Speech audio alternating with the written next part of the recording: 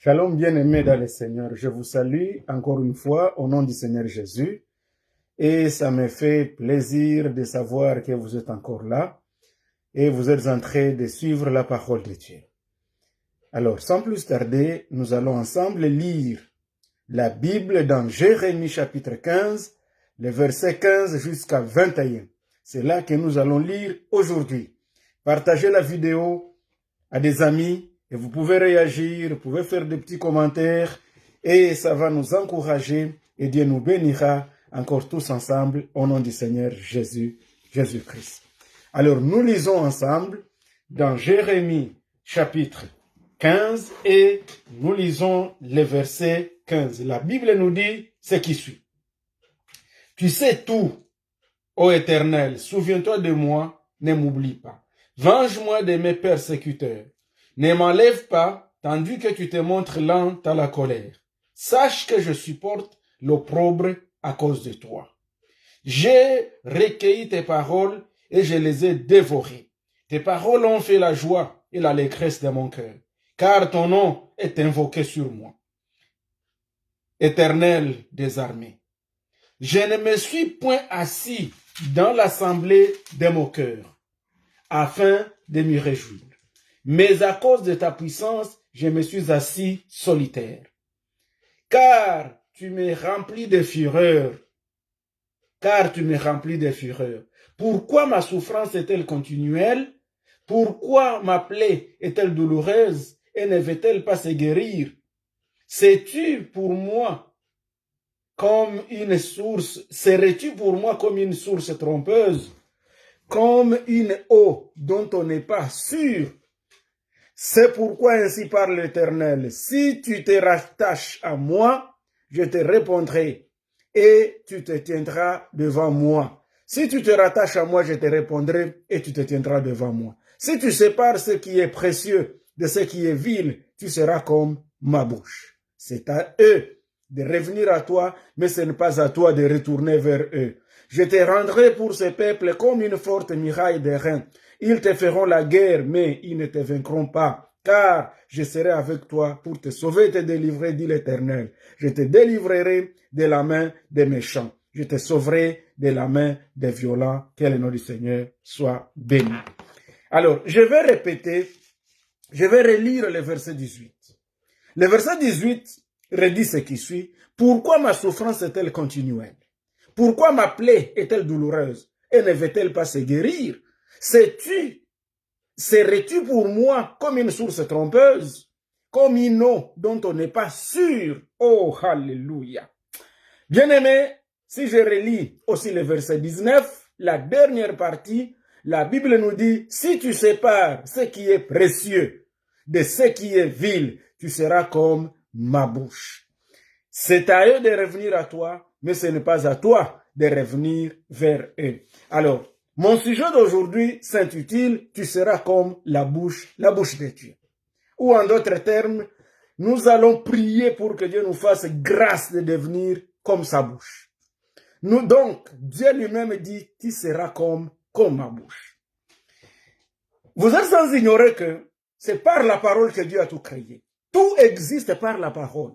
Et curieusement, rien ne s'est fait sans la parole. Et rien ne changera, que ce soit dans ta vie, que ce soit dans la vie de qui que ce soit, rien ne change sans la parole. C'est-à-dire ceci, vous voulez voir un changement positif dans votre vie, vous devez prendre une position, une décision, je veux dire, de pouvoir parler.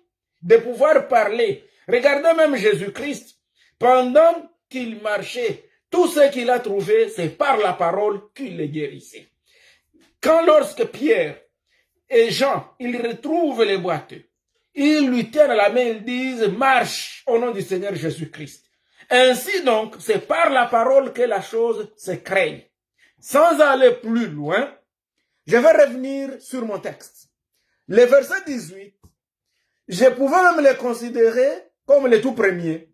Donc si je pouvais faire un peu un renversement, je pouvais plutôt commencer par le verset 18, et c'est alors que je vais aller avec tous les autres versets. C'est à partir de cela que vous allez bien comprendre l'enchaînement logique de ces textes.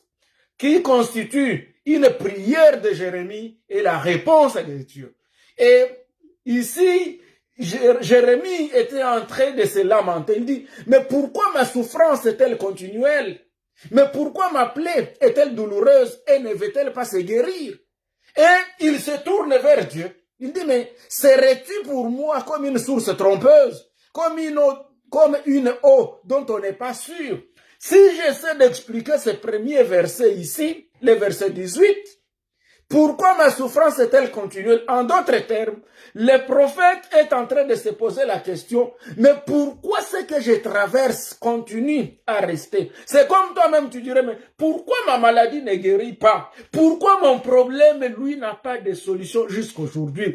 Pourquoi moi, je ne reçois pas de témoignages? Nous sommes maintenant à la fin de l'année. Nous sommes au dernier mois de la fin de l'année. J'ai prié depuis le début de l'année. J'ai crie en Dieu. Je fais ce que je pouvais faire. Et tu te dis, mais pourquoi ma souffrance est-elle continuelle? Pourquoi ça ne s'arrête pas? Mais pourquoi même ma plaie, ma souffrance, toujours douloureuse, rien ne se guérit? Mais qu'est-ce qui se passe? À tel enseigne qu'il essaie même de se condamner, et même de condamner. Même il chercherait même à condamner Dieu. Parce qu'il dit, serais-tu pour moi comme une source trompeuse? Donc c'est comme s'il dit à Dieu, mon Dieu est là. Est-ce que toi là, tu n'es pas une source sur qui je peux compter ou quoi? Dieu, toi aussi. Moi là, suis-je comme une eau dont on n'est pas sûr? En d'autres termes, Dieu, moi je suis ton serviteur. Moi je te prie. Tu me connais. Tu sais ce que je traverse. Tu sais mon cœur. Mais qu'est-ce qui se passe en sorte que moi, jusqu'à présent, ma souffrance demeure, elle est continuelle? Pourquoi, Seigneur, moi, m'appeler mon problème? C'est douloureux.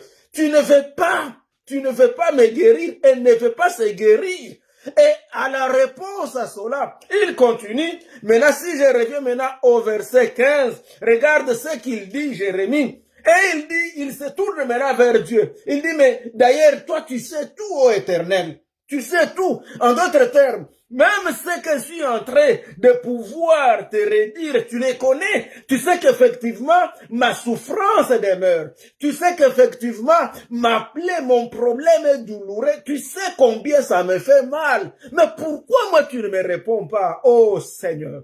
Mais pourquoi? Est-ce que moi tu me considères comme une eau trompeuse? Donc tu me considères comme rien. Tu me considères comme quelqu'un sur qui tu ne peux pas compter ou quoi? Oh Seigneur. Et il répond au verset 15, Jérémie répond, oh Dieu, tu sais tout, ô Éternel, mais souviens-toi de moi aussi, ne m'oublie pas. Oh, alléluia. Ma prière de ce jour, que Dieu se souvienne de toi aussi. Que Dieu ne t'oublie pas. Qu'il réponde à ton problème. Ma prière pour cette fin d'année, à partir d'aujourd'hui, que le Seigneur, l'Éternel des armées, qu'il se souvienne de toi parce qu'il sait tout. Jérémie le reconnaît, il dit, tu sais tout. En d'autres termes, tu es omniscient. Rien ne t'échappe.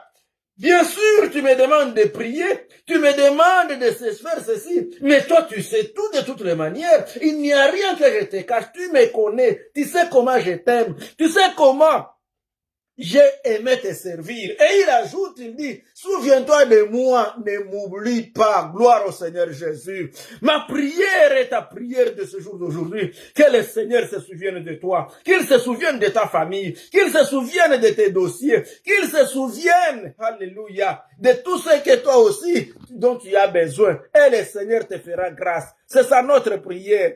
Que Dieu se souvienne de toi, qu'il se souvienne de tes dossiers, même si les jours passent, même si le temps passe, et tu te dis, c'est depuis le début de l'année. Moi, j'attendais aussi voir quelque chose. J'ai voulu aussi témoigner en cette fin d'année, mais aujourd'hui, voilà la date qui avance, et jusque-là, je ne vois rien. Écoute, bien-aimé dans le Seigneur, tu es aussi comme Jérémie. Tu te trouves dans la même situation comme Jérémie aujourd'hui. Et Jérémie, il dit, mais venge-moi de mes persécuteurs, ne m'enlève pas. Oh, alléluia. Voilà ce que j'aime. Il dit, mais Seigneur, mais venge-moi. En d'autres termes, Que tu prouves à mes adversaires que je suis ton serviteur, que je suis ton enfant, que je suis ta servante. Seigneur, défends-moi aussi. Seigneur, aide-moi aussi pour que mes ennemis, pour que ceux-là qui me font souffrir, pour que ceux-là qui me combattent, sachent que réellement, je suis à toi, je suis ton serviteur. Que Dieu nous aide. Alléluia.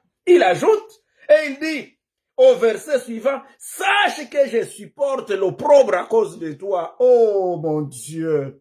Jérémie rappelle à Dieu, il dit, Seigneur, je suis en train de vivre l'opprobre, la honte, et ceci à cause de toi. En d'autres termes, ce que je souffre aujourd'hui, ce que je traverse aujourd'hui, mon Dieu, c'est à cause de toi que je supporte tout ça aussi. Et tu le sais qu'il y a l'opprobre. Il y a la honte. Jérémie rappelle à Dieu qu'il supporte le ridicule, la honte à cause de Dieu. Il rappelle à Dieu qu'il y a des gens, lorsqu'ils entendent ces nouvelles, lorsqu'ils entendent parler de lui, il a honte lui-même. Il se sent dans la honte. Mais quoi faire? Quoi faire? C'est pourquoi il se tourne à Dieu. Et au verset 16, il ajoute, il dit, d'ailleurs, j'ai recueilli tes paroles et je les ai dévorées. En d'autres termes, moi je fais la lecture de ta parole, moi je médite ta parole, et pas seulement ça, tes paroles ont fait la joie et l'allégresse de mon cœur. Donc quand je lis ta parole, je sens que c'est bon. Quand je lis, quand je suis à l'église, quand je médite, quand je prie, je sens que c'est bon. Mais pourquoi ma souffrance est-elle toujours continuelle? C'est une question pertinente. Il dit, mais oui, j'écoute ta parole. Oui, je prie. Oui, je t'adore. Oui, je te sers. Oui, les gens, on m'a donné des prophéties. Les serviteurs ont bon parlé. C'est vrai, ils ont parlé. Mais pourquoi ma souffrance est-elle continuelle? Pourquoi ma plaie est-elle douloureuse? Et ne veut-elle pas se guérir? Dieu, comment tu me considères? Est-ce que tu me considères comme une source d'eau inutile qui trompe? Quelqu'un sur qui tu ne peux pas compter, comme une eau dont tu n'es pas sûr. Est-ce que c'est comme ça?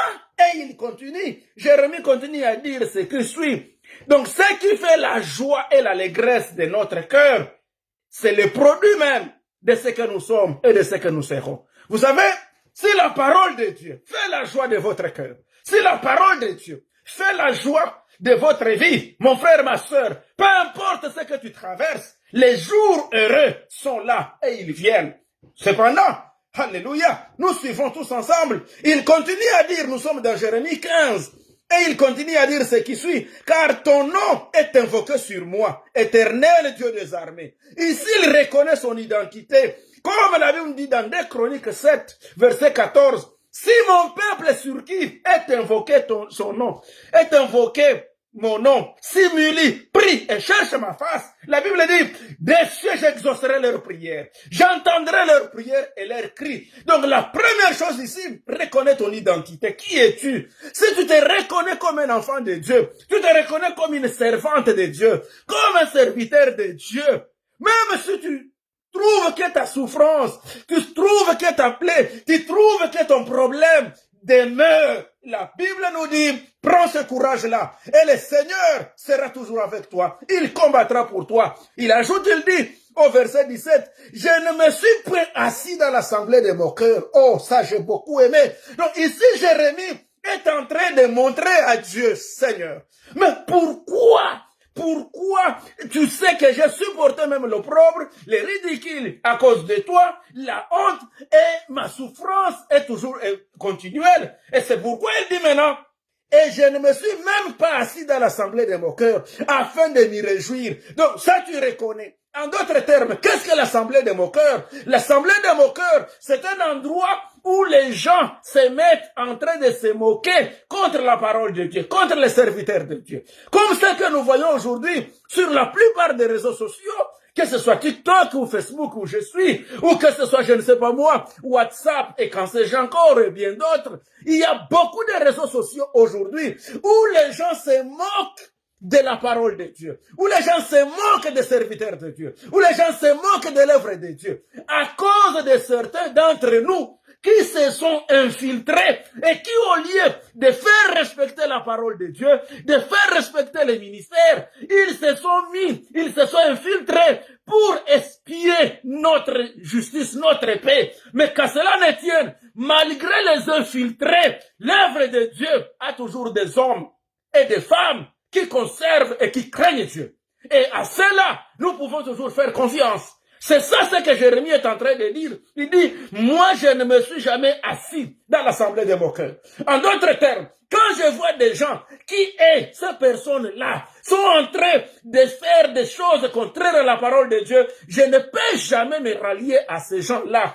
Et tu le sais bien. Il est en train de dire à Dieu, tu le sais bien. Vous savez, et il ajoute, il dit, mais à cause de ta puissance, alléluia, je me suis assis solitaire. Oh, alléluia. Bien-aimé, à cause de la puissance de Dieu, à un certain moment, il faut accepter d'être solitaire. Il faut accepter d'être seul au lieu de se retrouver dans une assemblée de ceux-là qui ne croient pas en Dieu. Au lieu de se retrouver dans un groupe, au lieu de se retrouver dans une association de gens qui ne craignent pas Dieu, vaut mieux des fois rester seul. Et la Bible nous dit, ceux qui connaissent la puissance de Dieu et qui les craignent acceptent parfois de rester seuls, de rester solitaires. Et cela au lieu de se retrouver dans l'assemblée des moqueurs. Que Dieu nous bénisse.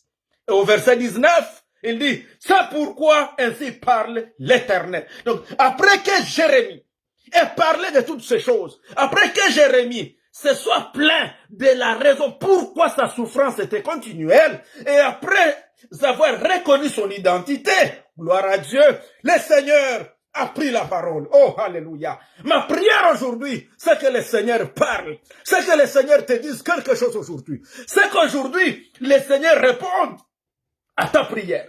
Qu'il réponde à ta requête. Qu'il réponde aujourd'hui à tes cris, à tes pleurs que personne ne voit, mais que toi-même tu sais. Il y a des pleurs dans les cœurs que les gens ne voient pas. Mais je vais te dire une chose.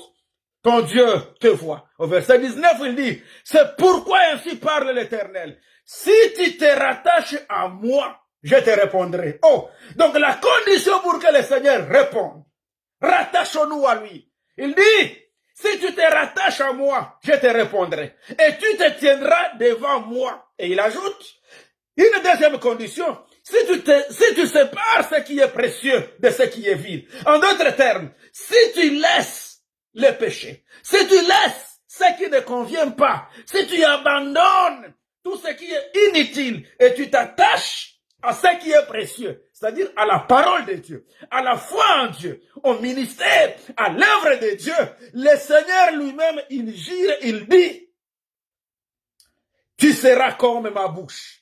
Il dit, c'est alors que tu seras comme ma bouche. Oh, gloire à Dieu. Écoute-moi, bien-aimé dans le Seigneur.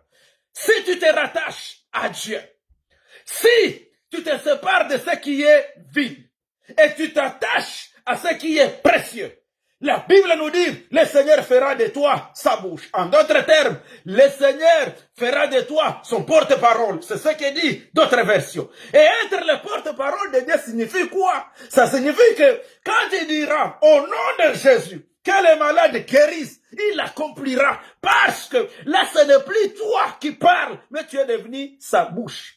Et c'est ça. C'est à cela que je souhaite vous dire. Nous avons besoin de prier que Dieu nous donne la grâce de devenir comme sa bouche. Comme la bouche de Dieu. Il dit, si tu te rattaches à moi, je te répondrai. Si tu tiens devant moi, si tu te sépares, si tu sais séparer ce qui est précieux de ce qui est vil, il répète, il dit, c'est alors que tu deviendras comme ma bouche. Je veux que tu deviennes comme la bouche de Dieu. Je veux qu'à cette fin d'année, nous devenions la bouche de Dieu. C'est-à-dire quoi?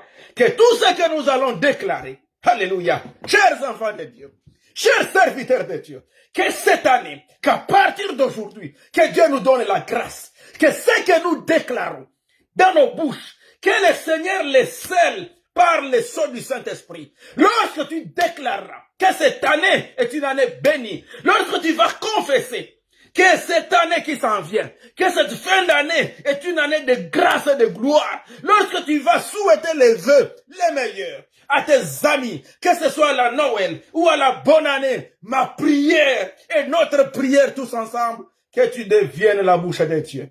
Que lorsque tu parleras, que le Seigneur puisse sceller cette parole et qu'il l'accomplisse. C'est alors que tu te rendras compte, c'est alors que ta souffrance s'arrêtera. C'est alors que ta plaie ne sera plus douloureuse parce que tu es devenu la bouche de Dieu.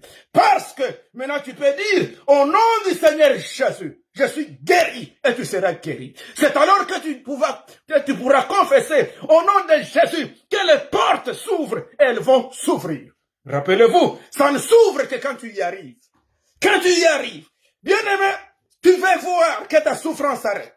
Tu veux voir que le merveilleux Dieu s'aménage dans ta vie.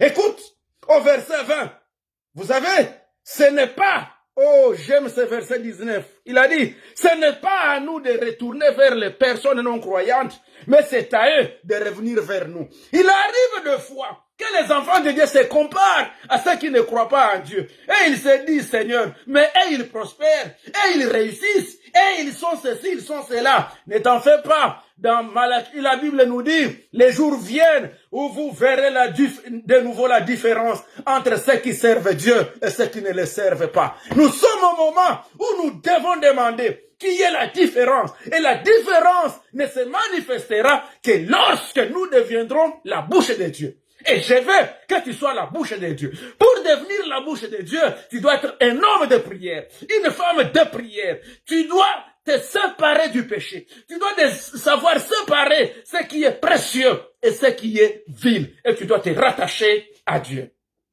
Verset 20, il dit, je te rendrai alors comme une forte muraille d'airain pour ce peuple. Que le Seigneur nous rende comme de fortes murailles. C'est-à-dire, je ferai de toi le protecteur de ce peuple. Tu seras la forte muraille qui protège ta famille, qui protège ton pays, qui protège ta nation, qui protège celle avec qui vous êtes. Parce que quand tu diras un mot, la chose s'accomplira, car, et ça ne viendra pas de toi, mais ça viendra de l'Éternel. Croyons en Dieu. C'est ainsi que la Bible ajoute, c'est alors qu'ils te feront la guerre, mais ils ne te vaincront pas. Car je serai avec toi pour te délivrer et te sauver, dit l'Éternel. Je te délivrerai de la main des méchants et je te sauverai de la main des violents. Que le nom du Seigneur soit béni. Ma prière de ce jour, pour vous et moi, unissons-nous bien aimés dans le Seigneur dans la prière, en sorte que nous soyons la bouche de Dieu. C'est alors que ceux qui nous font la guerre, la Bible dit, ils ne nous vaincront pas. Parce que le Seigneur nous rendra comme une forte muraille d'airain. Que le problème que tu traverses, que la souffrance que tu vois, que cette souffrance-là qui était continuelle, que cette plaie-là qui était douloureuse et qui ne voulait pas se guérir, qu'elle se guérisse, qu'elle s'arrête cette douleur-là. Et c'est alors que tes ennemis échoueront au nom du Seigneur Jésus. Bien-aimés, je ne vais pas vous emmener très loin. Pour aujourd'hui, je vais m'arrêter par là. Mais le Seigneur voudrait que nous comprenions que nous avons besoin de prier, que Dieu te donne la grâce de devenir comme sa bouche, que tu deviennes son porte-parole, que ce que tu dises, qu'il est seul au nom du Seigneur Jésus, que lorsque tu déclares, ceci est à moi, qu'il te l'accorde au nom de Jésus, que lorsque tu déclares, tel est béni, qu'il en soit ainsi, que lorsque tu te mettras à genoux pour lever tes mains, comme tu es devenu la bouche de Dieu, le porte-parole de Dieu, lorsque tu diras, Père, au nom du Seigneur Jésus, j'ai besoin de ça. Fais ça pour moi. Comme ce ne sera plus toi, mais c'est plutôt le Saint-Esprit qui va prier pour toi par des soupirs inexprimables, alors tu le verras s'accomplir. C'est alors que tu te réjouiras de nouveau, car Jérémie a répété, il dit, tu sais tout, ô Éternel. Souviens-toi de moi, ne m'oublie pas. Alléluia. Ma prière, c'est que l'Éternel se souvienne de toi, qu'il se souvienne de ta famille,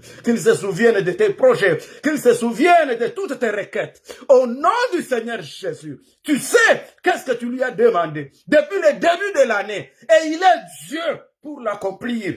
Et voilà les conditions qu'il nous a données. Et Jérémie a reconnu et il a rappelé à Dieu que j'ai supporté même l'opprobre à cause de toi. Vous savez, ils sont nombreux. qui ont supporté la honte, les ridicules à cause de Dieu. Il y a des gens qui se sont dit, Seigneur, à cause de toi, je ne veux pas faire ce qui est inacceptable. Ils ont refusé l'impudicité, ils ont refusé l'adultère, ils ont refusé les vols, ils ont refusé la tricherie, ils ont refusé la corruption à cause de Dieu. Et à cause d'avoir refusé ce que tout le monde accepte, on les a considérés comme moins intelligents, comme des têtus, comme des ignorants, comme des gens qui ne réussiront jamais dans la vie. Et on te dit, regarde, tu avais toutes les opportunités et tu les laisses tomber. Toi là, tu n'iras pas quelque part. Toi là, tu n'auras jamais la grâce. Ne vous en faites pas. Même Jérémie reconnaît ça. Il dit, j'ai supporté même l'opprobre à cause de toi. Et même tes paroles, je les ai gardées.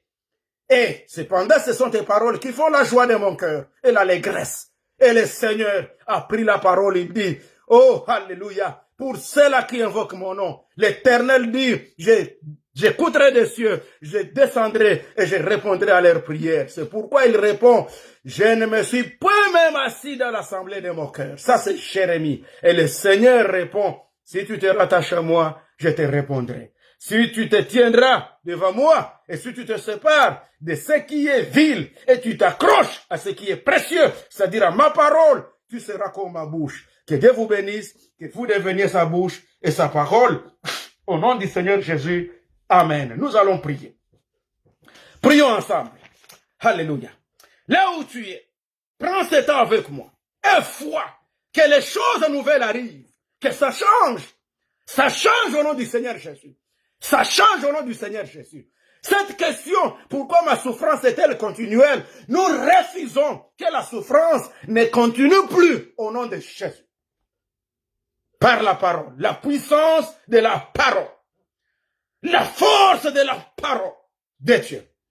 Quand nous confessons, quand nous prions la parole de Dieu et nous la déclarons et que Dieu nous donne cette grâce de devenir sa bouche, alors tout ce que nous demanderons, ça s'accomplit. Alléluia. Seigneur notre Dieu, nous voici au-devant de toi. Père, tu nous as parlé. Je viens auprès de toi, Seigneur. Je te présente tes serviteurs, tes servantes, tes enfants, de loin ou de près. Ô Dieu Tout-Puissant, tous ceux-là qui suivent maintenant cet enseignement et tous ceux-là qui le suivront, les jours ou les années à venir, Père éternel, accorde la grâce à tes enfants de devenir ta bouche, de devenir ton porte-parole, que lorsqu'ils prieront, Seigneur, que tu puisses sceller leurs paroles, que tu les accomplisses au nom du Seigneur Jésus.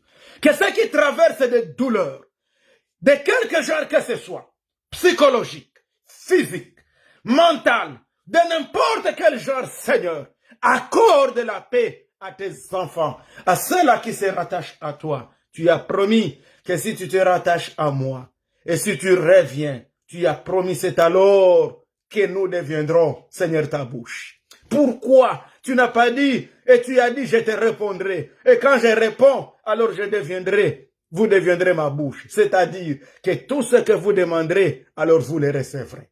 Père, réponds à tes enfants. Je ne connais pas leurs besoins, ni leurs requêtes, mais toi tu les connais. Comme Jérémie l'avait bien si dit, tu sais tout. Seigneur, tu sais les besoins de tes enfants. Tu sais la souffrance de tout un chacun. Tu sais, Seigneur, ceux qui ont connu l'opprobre à cause de toi, tu les connais. Tu sais, ceux qui ont accepté de rester solitaires à cause de toi, ils avaient la possibilité d'avoir quelqu'un à leur côté comme tout le monde. Ils avaient la possibilité d'être entourés comme tout le monde. Mais à cause de la crainte de l'Éternel, il y en a qui ont accepté de vivre en solitude. Jusqu'à ce que les gens les ont qualifiés de distraits ou de distraites. Jusqu'à ce qu'on les a qualifiés d'insensés. Jusqu'à ce qu'on les a qualifiés de moins informés, de distraits à cause de toi. Seigneur, fasse la différence. Montre une nouvelle différence merveilleuse entre ceux qui te servent et ceux qui ne te servent pas. Entre ceux qui se sont donnés à te faire confiance et ont accepté l'opprobre. Ils ont pris ta parole. Ils ont mangé ta parole. Ils ont conservé ta parole. Accorde-leur la joie que donne ta parole. Accorde-leur l'allégresse dans leur cœur. Au nom de Jésus, je te rends gloire, Père, car tu écoutes, tu agis et tu libères ta bénédiction sur tes enfants. Au nom du Seigneur Jésus, je l'ai dit et je le crois. Amen. Que Dieu nous bénisse.